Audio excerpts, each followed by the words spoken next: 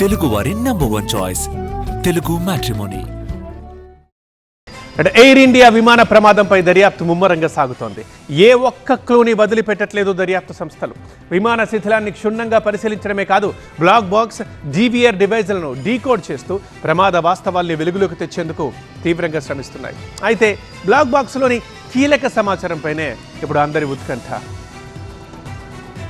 ఈ air India విమాన ప్రమాద ఘటనపై జరుగుతున్న దర్యాప్తులో ఎక్కువగా వినిపిస్తున్న పేరు బ్లాక్ బాక్స్. దర్యాప్తు సంస్థలకు కీలక ఆధారాలు లభించాలంటే ఖచ్చితంగా డీకోడ్ కావాల్సింది కూడా ఈ బ్లాక్ బాక్సే.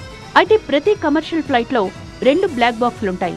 ఒకటి విమానానికి ముందు భాగంలో, మరొకటి వెనుక భాగంలో ఉంటుంది. ఇక మొదటిది ఫ్లైట్ డేటా, విమానం వేగం, ఎత్తు, ఇంజిన్ పనితీరు, కాక్పిట్ వాయిస్, పైలట్ల సంభాషణలు, విమానంలో ఇతర శబ్దాలను రికార్డ్ చేస్తుంది. ఇక రెండో black box air traffic control తో పైలట్ల కమ్యూనికేషన్, విమానంలో ఇతర శబ్దాలను రికార్డ్ చేస్తుంది.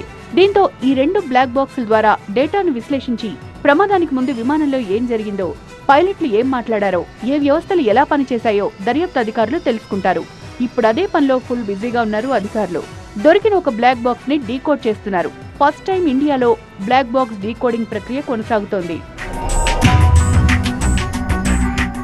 ఇటు విమాన శిథిలాల్లో లభ్యమైన డీవీఆర్ డివైస్ సైతం కీలకంగా మారనుంది. విమానంలో వీడియో ఫుటేజీ డీవీఆర్ లో లభించే ఛాన్స్ ఉంది. దీంతో గుజరాత్ ఏటీఎస్ సిబ్బంది దాన్ని విశ్లేషిస్తోంది. వీలైనంత త్వరగా దాని నుంచి డేటాను బయటపెట్టేందుకు శ్రమిస్తోంది. ఇక విమాన ప్రమాదం నుంచి తప్పించుకున్న ఒకే ఒకడు రమేష్ ను సైతం దర్యాప్తు సంస్థలు విచారించే అవకాశం ఉంది.